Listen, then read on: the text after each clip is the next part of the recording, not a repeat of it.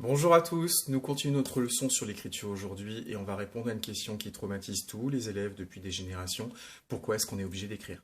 Et bien parce que l'écriture, ça a énormément d'utilité et c'est bien pour ça que les souverains et les peuples de l'Orient ancien vont diffuser et développer ces techniques. Écrire, on l'a vu, ça permet de renforcer le pouvoir royal.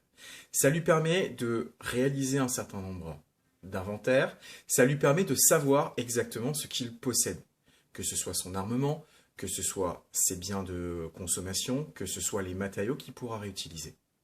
Ça lui permet de savoir ce qu'il a dans son trésor, donc vérifier qu'on ne le vole pas, vérifier finalement qu'il est apte à faire une guerre, qu'il peut finalement nourrir sa population et se nourrir lui-même, bien entendu. Donc à la base, écrire, c'est pour pouvoir compter. Ça paraît logique, et pourtant, finalement, c'est quelque chose qui va rester pendant très très longtemps. L'écriture, elle permet aussi finalement donc de faire du commerce. Si je possède quelque chose, je peux l'échanger et en laisser une trace. Ça permet de faire des garanties, surtout si on fait du commerce avec des gens lointains ou avec des intermédiaires. Donc, faire des inventaires, faire du commerce.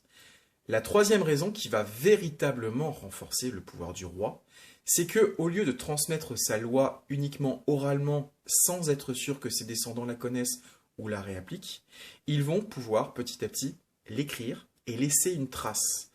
Cette trace, ça sera la loi ou ce sera un ordre. Et ils vont même inventer l'ancêtre de la signature pour être sûr qu'on sache que ça vient bien d'eux.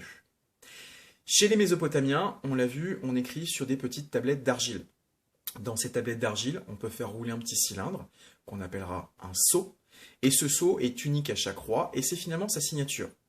Il n'y a que lui qui en possède un, plus son vizir, donc celui qui va être son premier ministre, ou écrire pour lui, qui va pouvoir le faire rouler directement dans l'argile pour pouvoir laisser la signature quand il y a besoin. À la mort du roi, on casse le sceau. Chez les Égyptiens, on va mettre en place ce qu'on appelle un cartouche.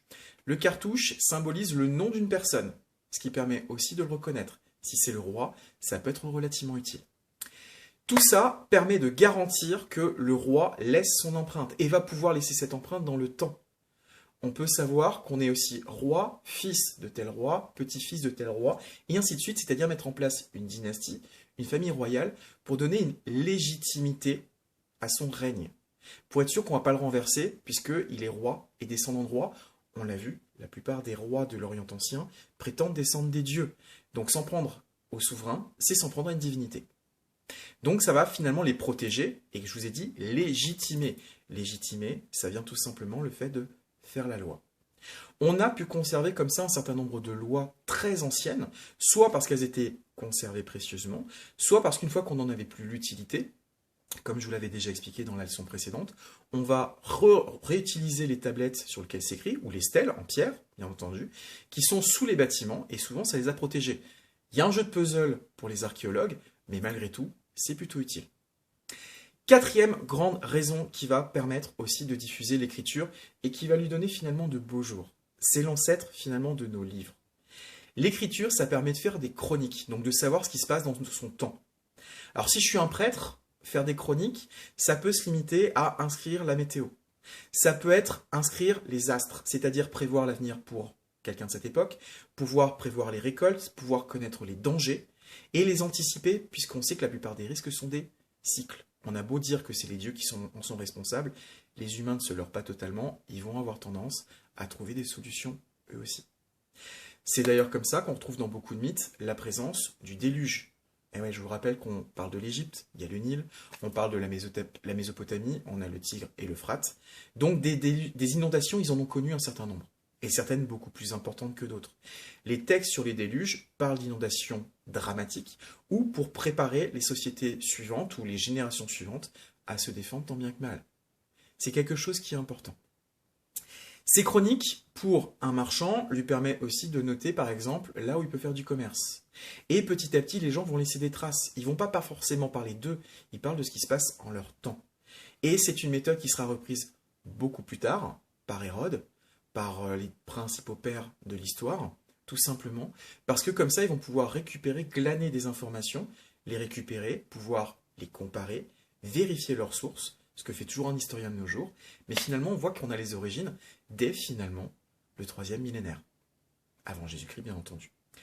À partir de moins 1200, avec l'apparition de l'écriture alphabétique des Phéniciens, ça va encore se simplifier, enfin, en théorie, parce qu'il faut que chacun puisse comprendre l'écriture. Malgré tout, ça va permettre aussi de faire des récits initiatiques, de graver dans le marbre, entre guillemets, plutôt dans l'argile ou dans la pierre, les mythes, donc les aventures des dieux. L'une des plus anciennes formes d'écriture qu'on connaisse, ou l'un des plus anciens textes, c'est l'épopée de Gilgamesh, qui raconte comment Uruk, ce roi Gilgamesh, a vécu un certain nombre d'aventures, qu'il a mis même en conflit avec les dieux, qui vont lui permettre de faire un certain nombre de grandes choses, et pratiquement de prétendre à l'immortalité. Ça a pris dans les écoles pour former les générations suivantes, puisque les fonctionnaires scribes ont un rôle très important qui les hisse au-dessus de la société, mais qui les rend dépendants du roi. C'est le roi qui leur permet finalement d'apprendre et d'être utile. Sans eux, ils vont disparaître. Ce roi, il a besoin de l'écriture. La plupart d'entre eux ne savent pas écrire, mais ils ont des gens qui vont le faire pour eux. Et ça, c'est quand même quelque chose de relativement nécessaire. Que ce soit avec nos hiéroglyphes, que ce soit avec l'alphabet par la suite, mais dans tous les cas, c'est utile. La preuve, quand un roi veut être oublié ou faire oublier un membre de sa famille qui lui a posé problème, c'est le cas par exemple du fils d'Hatshepsut, ce qu'il va faire généralement, c'est détruire les écrits du prédécesseur ou détruire toutes ses signatures, faire comme s'ils n'avaient jamais existé.